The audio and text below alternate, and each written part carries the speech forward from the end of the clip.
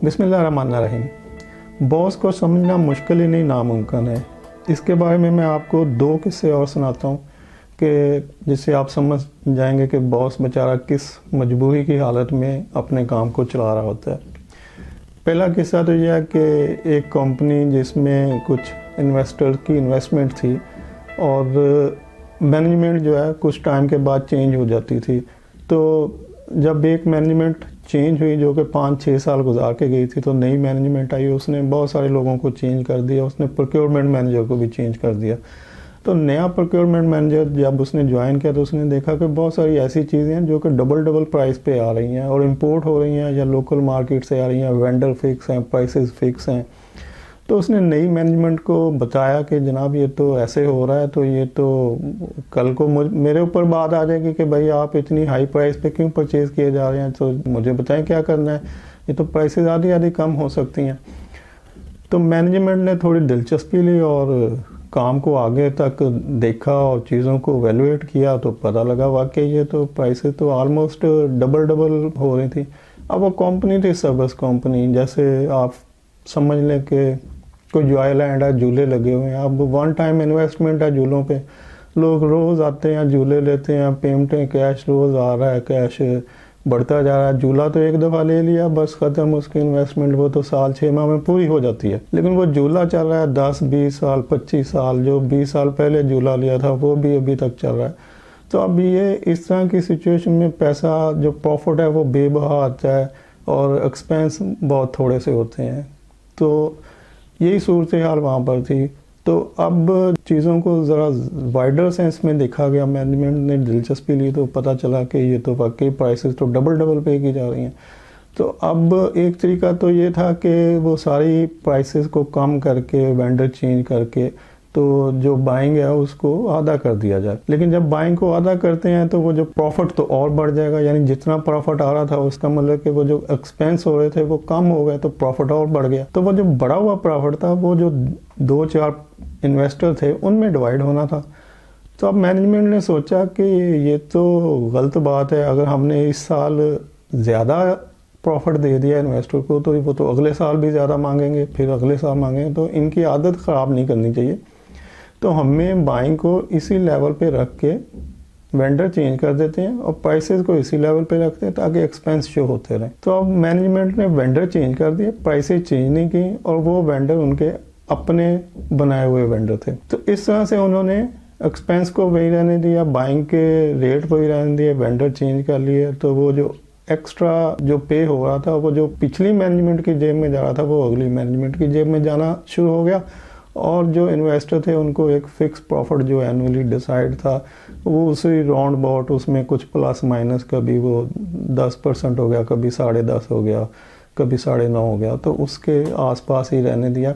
तो अब इस सिचुएशन में जितने भी प्रोक्योरमेंट में लोग काम कर रहे होते हैं, बॉस के नीचे 8, 10, 20 स्टोर वाले, इवन पूरी ऑर्गेनाइजेशन के पास एक ही बात होती है। अगर प्रोक्योरमेंट मैनेजर नई गाड़ी ले ले तो वो कहते हैं यार ये नहीं लेगा तो और कौन लेगा, आखिर इतने मिलियन बिलियन रुपीज़ की परचेज़ कर रहा है। और अगर कोई बंदा प्रोक्योरमेंट में शर्ट चेंज कर ले तो वो कहते हैं यार खैर है, क्या परचेज़ कर रहे हो, आजकल नए नए कपड़े पहनने शुरू कर दिए। तो ये सारी बातें लोग नहीं समझ रहे होते और स्पेशली जो प्रोक्योरमेंट का स्टाफ है उसके ना तो नॉलेज में होता है ना इल्म में होता है। जब मीटिंग्स होती हैं सीनियर मैनेजमेंट की, वहाँ बॉस की जो हालत होती है और जो उसको इंस्ट्रक्शंस मिलती हैं वो सारी बातें वो अपने जूनियर स्टाफ के साथ कन्वे नहीं कर सकता और उसको ज़रूरत भी नहीं है। तो लेकिन जब वो जूनियर स्टाफ को इंस्ट्रक्शन देता है कि ये ऐसे कर लो ऐसे कर लो, तो बेसिकली वो उसकी इंस्ट्रक्शन नहीं होती, वो पीछे से जो सीनियर मैनेजमेंट उसको फीड कर रही होती है वो भी मजबूर होता है, उसने अपनी जॉब करनी है, सैलरी लेनी है। तो जो उसको पीछे से ऑर्डर मिलते हैं वो आगे अपने स्टाफ को कन्वे करता है और स्टाफ कुछ और तरह से बॉस को ट्रीट कर रहा होता है। ऐसी एक और सिचुएशन डिस्कस कर लेता हूँ कि एक बड़ी कंपनी थी, फैमिली बिजनेस था, एक भाई ने सेल प्रोडक्शन संभाली हुई थी, एक भाई ने एडमिनिस्ट्रेशन, प्रोक्योरमेंट और फाइनेंस को लिया हुआ था। तो अब जो सेल और प्रोडक्शन के साइड पे बंदा था वो अपने लेवल पे कुछ कर रहा होगा, लेकिन जो प्रोक्योरमेंट और एडमिन और फाइनेंस को देख रहा था उसने भी ऐसे वेंडर फिक्स किए हुए थे, प्राइसेस फिक्स की हुई थी और प्रोक्योरमेंट मैनेजर को इंस्ट्रक्शन दे देता था कि भाई ये रेट है, ये वेंडर है, इससे आप उठवा लो। अब होता यह है कि प्रोक्योरमेंट मैनेजर और पूरा स्टाफ इवन प्रोक्योरमेंट में जितना होता है उनका काम ही ये होता है कि मार्केट पर नज़र रखें, प्राइसेस उनके फिंगर टिप पे होती हैं कि इस चीज़ का मार्केट में ये रेट है, ये रेट है। अब इस तरह की चीज़ें जब प्रोक्योरमेंट मैनेजर मैनेजमेंट से करता है या मालिक से डिस्कस करता है तो मालिक के पास एक बहुत ही टिका सा जवाब होता है कि भाई हम क्वालिटी परचेज़ कर रहे हैं, हमें एरा वगैरह चीज़ नहीं लेनी, हमने हर एक से कोई एरा वगैरह चीज़ नहीं लेनी। तो हम जिससे ले रहे हैं ये क्वालिटी प्रोडक्ट है और हमने अपनी प्रोडक्शन को नीचे नहीं लेके जाना, हमने अपनी रिप्यूट को ख़राब नहीं करना। तो आप चुप करके जिस वेंडर से कह रहा हूँ वहाँ से उस रेट पे लेते जाएं। तो अब ये सारी चीज़ें मैनेजर बेचारा अपने जूनियर स्टाफ से नहीं कर सकता, तो वो चुप करके उन्हीं रेट पर उसी वेंडर से वो चीज़ें लेता रहता है। अब होता है ये ऑर्गेनाइजेशन में कि जो 20% आइटम होती हैं जिनके ऊपर 80% फंड्स कंज्यूम हो रहे होते हैं वो कंट्रोल्ड होती हैं बाय मैनेजमेंट, बाय मालिक या जो भी सीनियर डिसीजन मेकर होते हैं, उसमें प्रोक्योरमेंट मैनेजर की कोई इन्वॉल्वमेंट नहीं होती। 20% आइटम जिनके ऊपर 80% फंड्स खर्च हो रहे होते हैं वो सीनियर मैनेजमेंट या मालिक डिसाइड कर रहा होता है और वो वन मैन डिसीजन होता है कि भाई ये रेट है, ये वेंडर है, बस चुप करके ऑर्डर इशू करते जाओ। और जो 80% आइटम होती हैं जिनके ऊपर सिर्फ 20% फंड्स कंज्यूम हो रहे होते हैं, 80% आइटम मतलब आपकी पूरी बाइंग में जो छोटी छोटी आइटम में लाख आइटम और उसके ऊपर अमाउंट खर्च होती है 20%, उसके लिए एक पूरा प्रोसीजर बचाया होता है, एक पूरा जाल बचाया होता है, लाख लोग काम कर रहे होते हैं। ये जी इंटरनल ऑडिट है, ये अकाउंट्स है, ये फाइनेंस है, पहले ये चेक करेगा, फिर ये चेक करेगा, फिर ये चेक करेगा।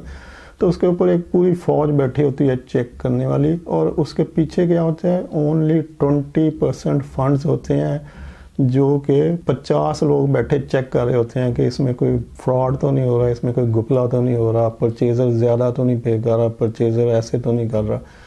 तो ये सब ड्रामेबाजी होती है। ऑर्गेनाइजेशन ने एक सेटअप बनाया होता है कि देखें जी ये हमारा ऑडिट डिपार्टमेंट है, ये अकाउंट्स है, ये ऐसे ऐसे हम इस तरह से वर्किंग करते हैं और सब कुछ ऐसे ड्रामेबाजी होती है। बेसिकली 80% आइटम कंट्रोल्ड होती हैं बाय मैनेजमेंट या मालिक या जो भी डिसीजन मेकर होता है और उसमें मैनेजर का कोई इन्वॉल्वमेंट नहीं होती।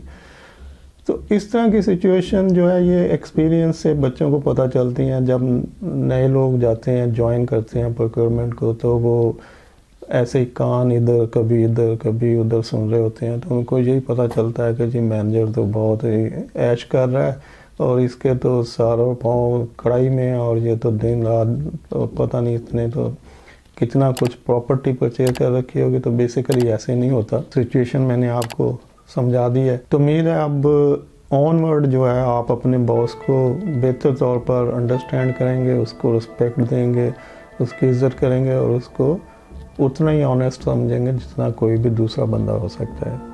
वीडियो देखने के लिए शुक्रिया। मिलते हैं नेक्स्ट वीडियो में। Till then take care and अल्लाह हाफिज़।